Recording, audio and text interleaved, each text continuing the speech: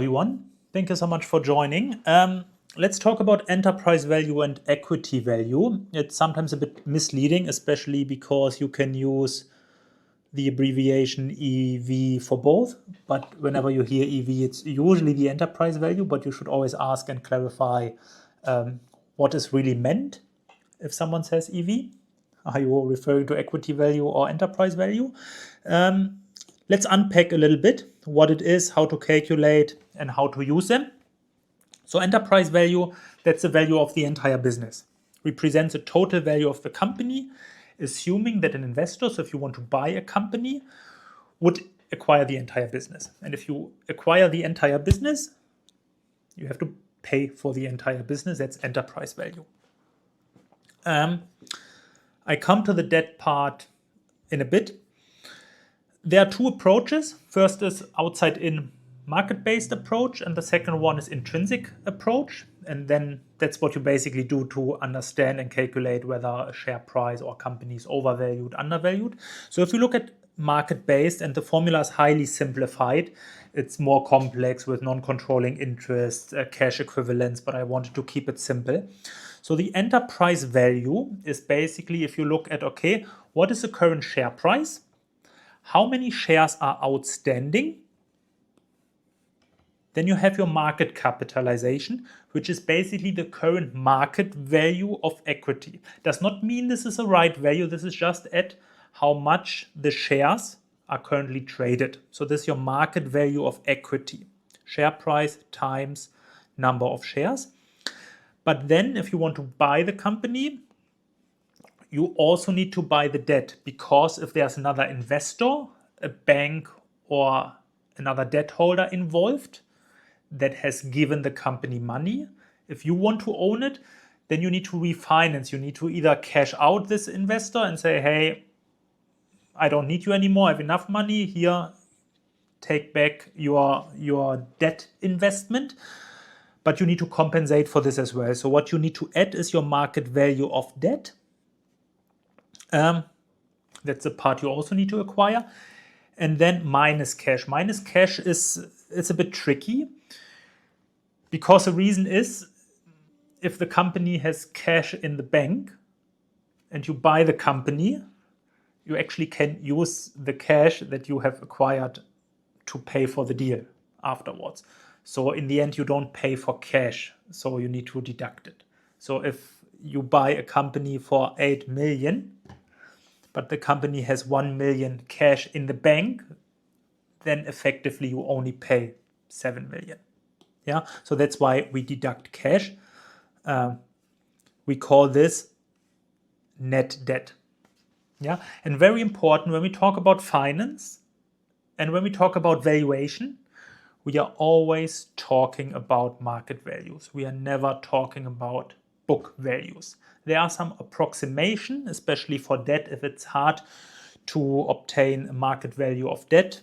Yeah, look at book value, but normally not. Whatever we do in finance, we are not accounting. Whatever we do in finance and whatever we do in valuation, because it's forward-looking, we use market values. The intrinsic formula, as you may have seen, is a bit different. You would not look at outside factors such as what do other investors think about the current share price. You would just look at the company and see what is the cash generating capacity, and you would basically do a kind of DCF approach and would say, okay, what are the cash flows in every single year indefinitely, and you would discount with your WACC, and what you would get is basically your enterprise value. Yeah, one is the intrinsic approach, one is a market-based approach. If the intrinsic approach is way higher than the market-based approach, then you would say, hey, I think maybe the company is worth a bit more. It seems to be able to generate a lot of cash. I'm not sure why the share price does not reflect that. Maybe the company is undervalued. Opposite is true as well. If your free cash flow and your intrinsic valuation is quite low compared to the market valuation, then you would say, hey, why is the company traded so high? Why is the enterprise value based on market-based assumptions so high?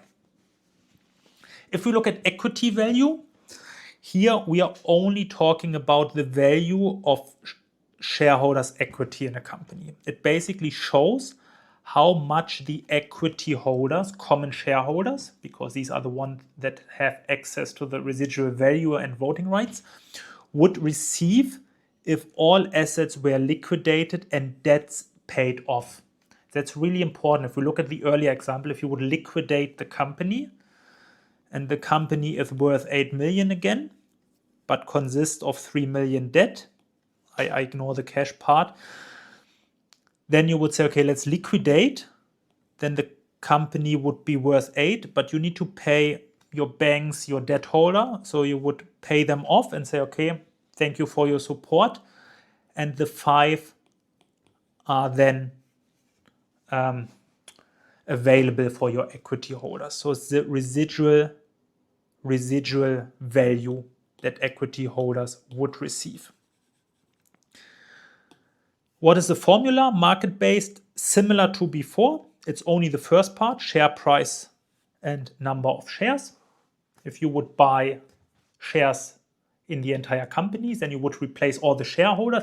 You would potentially have control over the company because you hold majority, you have control, but you wouldn't own the entire company, and in practice wouldn't be feasible. You still need to pay the enterprise value. So share price times number of shares, and then intrinsic again is similar. The only difference here is we would use a cash flow figure here, free cash flow to equity holders, free cash flow to firm. I made a video to describe and explain the differences. And then here as a discount number, we would not use weighted average cost of capital. The average return for both capital providers, we would only use our cost of equity, the return for our equity providers. And then you would get your equity value, and then same story as before. If we look at the balance sheet in a finance way, you can really see outside-in approach, market value of debt plus market value of equity. This is your company. Here, these are your assets that you have, net working capital and fixed assets, free cash flow from those. That's why we talk about free cash flow generation. And then we talk about enterprise value of a company. Yeah, so you can look from both sides, asset generating or cash generating capacity based on the existing assets. And then outside-in approach, what is the value of those sources of funds? Because you know this side is kind of sources of funds, how those assets are financed, and then the left-hand side is basically your assets. As an illustration, equity value, enterprise value, the difference here is enterprise value depending on the cash amount, but enterprise value is usually higher than equity value. Equity value is this one, equity plus net debt, equity plus debt, but then you deduct cash. The difference here, debt minus cash, you call net debt. So then this one is your enterprise value, because as said, yes, initially you pay for everything, but if the company comes with this cash basket, then effectively you only pay this one.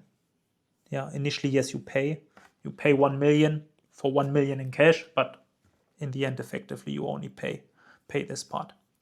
Yeah, and then formulas, quite easy. Enterprise value. Start with enterprise value first. It's easier. Say equity plus debt minus cash, or say equity plus net debt.